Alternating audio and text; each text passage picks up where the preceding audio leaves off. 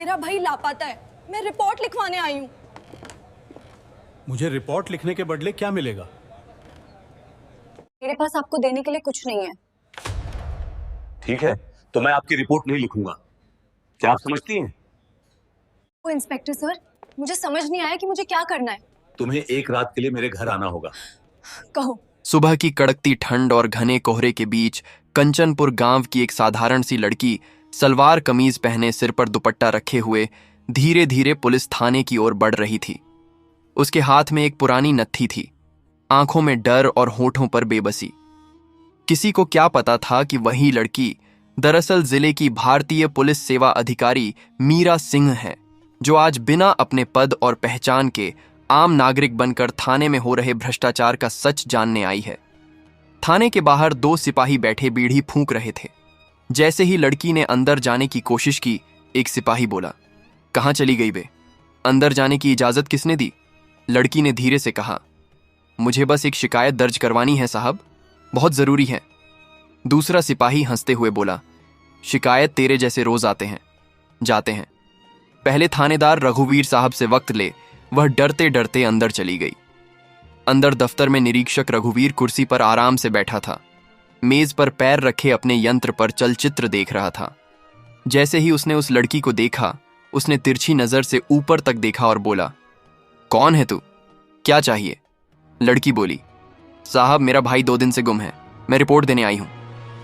रघुवीर ने मेज पर हाथ मारा। अब हर कोई आ जाता है, गुमशुदगी लेकर पहले कुछ देने लायक लाई हो। लड़की समझ नहीं पाई, बोली, क्या मतलब? वह मुस्कुराया, मतलब दान समझो ना, रिपोर्ट लिखवाना है तो थोड़ा पानी का खर्चा लगता है। उसकी आंखों में गुस्सा भर आया, पर उसने अपने आप को संभाल लिया। वह धीरे से बोली, साहब गरीब हूं, बस रिपोर्ट लिख दीजिए, मेरा भाई ही मेरा सहारा है। रघुवीर उठकर उसके पास आया, बोला, मुझे प्रवचन मत दे, जा यहां से, वरना बाहर फेंकवा दूंगा। सारी मौजूद जनता हक्की बक्की रह गई। एक औरत डरते हुए बोली, साहब बेचारी लगती है, लिख दो ना रिपोर्ट।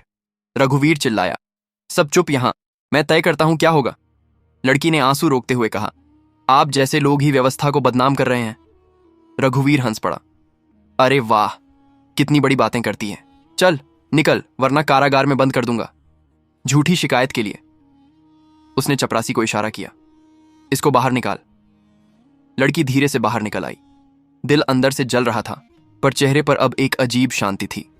वह थाने के बाहर खड़ी होकर बोली, थानेदार रघुवीर, आज तो तूने एक आम लड़की को अपमानित किया है, कल तुझे पता चलेगा कि किससे टकराया है। वह गली से आगे बढ़ी। सड़क पर एक सरकारी गाड़ी रुकी।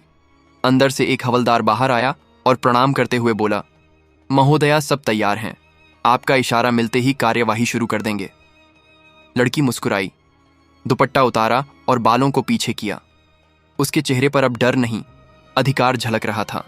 वह बोली, उन्हें अब तक लगता है मैं एक आम गांव की लड़की हूं, अब देखते हैं उनका रंग कैसे बदलता है। भारतीय पुलिस सेवा अधिकारी मीरा सिंह अब अपने असली रूप में थी। उसने गाड़ी में बैठकर कहा, अभियान नैतिक पुलिस शुरू करो, मैं चाहती हूं सबके यंत्र चालू हों, आज न्याय होगा। गाड़ी धूल उड़ाते हुए निकल गई। थाने में बैठे रघुवीर को अभी भी पता नहीं था कि उसका भविष्य कुछ ही घंटों में खत्म होने वाला है। अगले दिन सुबह का वक्त था। वही थाना, वही कुर्सी, वही घमंड से भरा हुआ थानेदार। रघुवीर वह अपने कमरे में बैठा हुक्का पी रहा था और साथियों से हंसकर बोल रहा था, कल एक गांव की लड़की आई थी रिपोर्ट लिखवाने। अरे लगता था जैसे सिनेमा की नायिका बन के आई हो, ऐसे लोगों को तो मैं सिखाता हूं। सबक सिपाही हंस पड़े। उसी वक्त बाहर एक सफेद गाड़ी आकर रुकी।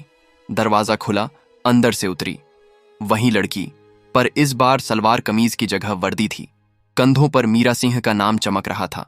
पूरा थाना सन्न रह गया। रघुवीर का मुंह खुला का खुला रह गया। अधिकारी, मीरा ने सख्त आवाज में कहा, निरीक्षक रघुवीर, कल जिस लड़की को तुमने अपमानित किया था वह कोई आम लड़की नहीं थी, वह मैं थी, भारतीय पुलिस सेवा अधिकारी मीरा सिंह। रघुवीर के हाथ से हुक्का गिर पड़ा। उसकी पेशानी पर पसीना झलक आया। वह अटकते हुए बोला, मैं महोदया क्षमा कीजिए, मैं पहचान नहीं पाया। मीरा ने मेज पर दस्तावेज पटके, पहचानने की जरूरत नहीं थी, इंसानियत दिखानी थी, पर तूने तो अपनी वर्दी को धब्बा बना दिया। सारे सिपाही सर झुकाकर खड़े थे। अधिकारी ने गुस्से में आगे बढ़ते हुए कहा, कल मैं एक आम नागरिक बनकर आई थी और तूने मुझे अपमानित किया, पैसा मांगा, धमकाया भी क्या, यही तेरी जिम्मेदारी है। रघुवीर चुप था, आंखें नीची, होंठ कांप रहे थे। मीरा सिंह ने अपनी टोली की ओर इशारा किया, चलचित्र दिखाओ। टोली ने पर्दे पर वह पूरी घटना चला दी जिसमें रघुवीर बदतमीजी कर रहा था, रिश्वत मांग रहा था और जनता पर चिल्लाया था। गांव के लोग भी वहां जमा हो गए थे। सब एक सुर में बोले, महोदया यही है, वह आदमी जो हर दिन लोगों को डराता है, पैसा लेता है। मीरा ने कहा, तुम सबके सामने आज इसका फैसला होगा, क्योंकि जब तक व्यवस्था के अंदर के गंदे लोग साफ नहीं होंगे, न्याय सिर्फ कागज पर रहेगा। वह रघुवीर के पास गई और उसकी वर्दी के गिरेबान को पकड़कर बोली, यह वर्दी सम्मान का प्रतीक है, डर नहीं, और तूने इसे मिट्टी में मिला दिया। उसने फौरन आदेश दिया, निरीक्षक रघुवीर को तुरंत निलंबित करो, जांच अभी से शुरू होगी। 2 सिपाही आगे बढ़े, रघुवीर के हाथ से पहचान पत्र और अस्त्र लेकर बोले, चलिए। रघुवीर के चेहरे पर शर्म और डर एक साथ थे। वह बोला, महोदया एक मौका दे दीजिए। मीरा ने सख्ती से कहा, इंसान गलती एक बार करता है, तूने व्यवस्था को गलत दिखाने की आदत बना ली थी, अब तुझे मौका नहीं, सबक मिलेगा। गांव के लोग हर्ष ध्वनि करने लगे। किसी ने कहा, महोदया जिंदाबाद, आज असली न्याय हुआ है। मीरा ने सबको शांत किया और बोली, मैं चाहती हूं आज के बाद कोई भी निर्धन, कोई भी स्त्री, कोई भी आम आदमी डरे नहीं, अधिकार के साथ थाने आए। वह मुड़ी और अपने कनिष्ठ अधिकारी से बोली, इस घटना को दर्ज करो और सब थानों में भेजो। पूरी व्यवस्था का असली मतलब सबको समझना चाहिए। सेवा और सुरक्षा। रघुवीर को हिरासत में लेकर बाहर ले जाया गया। अधिकारी मीरा ने आकाश की ओर देखा और मन ही मन कहा, जब तक मेरे जैसे कुछ लोग न्याय के लिए लड़ते रहेंगे, व्यवस्था जीवित रहेगी। धीरे धीरे गाड़ी फिर धूल उड़ाते हुए निकल गई। निरीक्षक रघुवीर सिंह के निलंबन की खबर 2 घंटे में पूरे शहर में फैल गई थी। सुबह से लेकर शाम तक लोग यह चर्चा कर रहे थे कि आखिर कौन सी ताकतें इतनी देर तक बाकी लोगों को डराती रहीं। पर सबसे जरूरी बात यह थी कि अब लोगों के चेहरे पर डर की जगह आशा उभरने लगी थी। मीरा सिंह ने थाने के बाहर एक छोटी सी पत्रकार वार्ता रखी। कैमरे चमक रहे थे, संवाददाता सवाल कर रहे थे, पर मीरा की आवाज शांत और दृढ़ थी। हम किसी को बचाने या दबाने की नीति पर काम नहीं कर रहे। जो भी अपराधी पाया जाएगा, उसके खिलाफ कड़ी कार्यवाही की जाएगी। हमारा उद्देश्य जनता का विश्वास लौटाना है। उसने अपनी टोली को सौंपा कि मामले की तुरंत निष्पक्ष और साफ सुथरी जांच हो। पहले कदम के तौर पर उसने थाने के सभी निगरानी यंत्रों की फुटेज, दस्तावेज और संपर्क विवरण सुरक्षित करने के निर्देश दिए। साथ ही जिले के सारे थानों में औचक निरीक्षण चालू कर दिया गया, ताकि यह सुनिश्चित हो सके कि कोई भी प्रमाण हटाया या छुपाया न जा सके। जांच शुरू होते ही कागजात और फुटेज में कई गड्ढबद्धियां दिखीं। कुछ पन्ने गायब थे, कुछ फाइलें अधूरी पड़ी थीं और कई बार समय बदल दिया गया था। मीरा ने ठान लिया कि यह सिर्फ किसी अकेले निरीक्षक की हरकत नहीं, यह एक जाल था जिसके कई धागे ऊपर तक जुड़े थे। इसी बीच रघुवीर के कुछ साथियों ने दबाव बनाना शुरू कर दिया। शहर के कुछ असामाजिक तत्वों ने भी अपने अपने रसूखदार लोगों से हाथ मिला लिया। मीरा को संदेश भेजा गया, यह मामला छोड़ दो, वरना परिणाम बुरा होगा। पर मीरा निडर थी। उसने कहा, धमकियां मुझे नहीं रोक सकती, मैं जनता की तरफ खड़ी हूं। मीरा ने सबसे पहले उन परिवारों को बुलाया जो पहले कभी शिकायत करने से डरते थे।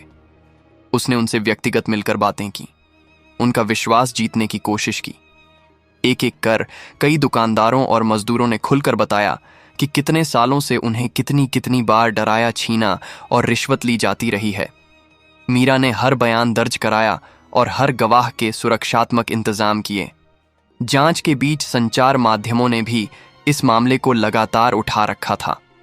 कुछ केंद्रों ने सवाल किए, क्या केवल एक निरीक्षक को सजा देना पर्याप्त होगा? क्या जड़ तक सफाई होगी? मीरा ने साफ कहा, हमें जड़ तक जाना है, केवल बाहरी ढांचे पर नहीं रुकना। उसने थाने से लेकर बड़े कार्यालयों तक के आर्थिक अभिलेखों की जांच करवाई। वहां कहीं ना कहीं पैसों के लेन देन के तार छुपे मिले। भीतरी जांच में यह बात साफ हो गई कि रघुवीर के कुछ सहयोगी और बाहरी संरक्षक मिलकर गरीबों से वसूली करते थे। एक शाम मीरा को एक अनजान सूचना मिली। एक पुराने गोदाम में कुछ दस्तावेज कूड़े में फेंके पाए गए हैं। मीरा ने तुरंत टोली भेजी। वहां से मिले दस्तावेजों में ऐसे पन्ने थे जिनमें रिश्वत के लेन देन के संकेत थे। ये पहला पक्का प्रमाण था जो सीधे रघुवीर के गिरोह से जुड़ता था। पर जैसे जैसे मीरा और उसकी टोली सच के और नजदीक पहुंचती गई, विरोध भी तेज होता गया। एक रात थाने के बाहर कुछ अपराधी इकट्ठा हो गए और धमकी भरे नारे लगाने लगे। मीरा को सुरक्षा बढ़ानी पड़ी, पर उसने जनता का विश्वास बनाए रखा। उसे पता था कि डर दिखाना ही उनका हथियार है और जनता का साथ हथियारों से ज्यादा प्रभावशाली होगा। मीरा ने अब एक बड़ा कदम उठाया। उसने सार्वजनिक सुनवाई की घोषणा की। वह चाहती थी कि लोग अपनी बातें खुले मंच पर रखें। सुनवाई के दिन मुख्य कक्ष में कतार लगी थी। हर गवाह ने अपनी बात खुलकर रखी। निगरानी यंत्रों की फुटेज को पर्दे पर दिखाया गया। धीरे धीरे सच्चाई का पर्दा हटने लगा। रघुवीर और उसके सहयोगियों के खिलाफ सभी साक्ष्य इतने पक्के थे कि किसी के पास बचने की जगह नहीं बची। पर कहानी यहां खत्म नहीं हुई।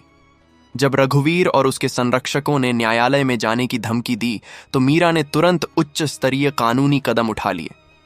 उसने भ्रष्टाचार के मामलों की विशेष त्वरित सुनवाई की मांग की। न्यायालय का माहौल उस दिन कुछ अलग ही था। भीड़ बाहर खड़ी थी। संचार माध्यमों की निगाहें, जनता की नजरें। अधिकारी मीरा सिंह गवाही देने खुद न्यायालय पहुंची। उनके कदमों में वही आत्मविश्वास था। न्यायाधीश ने मामले के दस्तावेज खोले और बोला, राज्य बनाम रघुवीर सिंह। रघुवीर के वकील ने शुरुआत से ही मामले को दबाने की कोशिश की।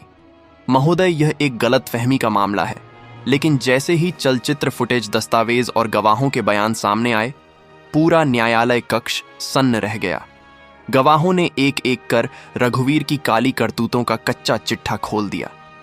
मीरा ने न्यायालय में गवाही देते हुए कहा, यह मामला किसी एक इंसान की गलती का नहीं, बल्कि उस सोच का है जो मानती है कि ताकत का मतलब है दूसरों को दबाना। आज यह न्यायालय सिर्फ एक निरीक्षक को नहीं, बल्कि उस गलत सोच को भी सजा दे। शाम को फैसला सुनाया गया। रघुवीर सिंह को 10 साल की सजा, उसकी टोली के 3 सदस्य निलंबित। लेकिन असली जीत तब हुई जब न्यायालय ने यह आदेश दिया कि जिले के हर थाने में नागरिक सहायता केंद्र बनाया जाए। न्यायालय के बाहर लोग तालियां बजाने लगे। कैमरों ने मीरा के चेहरे पर हल्की मुस्कान कैद की। वह जीत की नहीं, संतोष की मुस्कान थी। मीरा ने तुरंत अपने दफ्तर में जन विश्वास योजना शुरू की। हर हफ्ते अलग अलग जगह जाकर जनता से बात करना और उनकी समस्याएं सुनना। धीरे धीरे बदलाव दिखने लगे। जहां पहले लोग थाने में जाने से डरते थे, अब वे खुलकर शिकायतें कर रहे थे। एक दिन वहीं फूल बेचने वाली लड़की फिर से उससे मिली।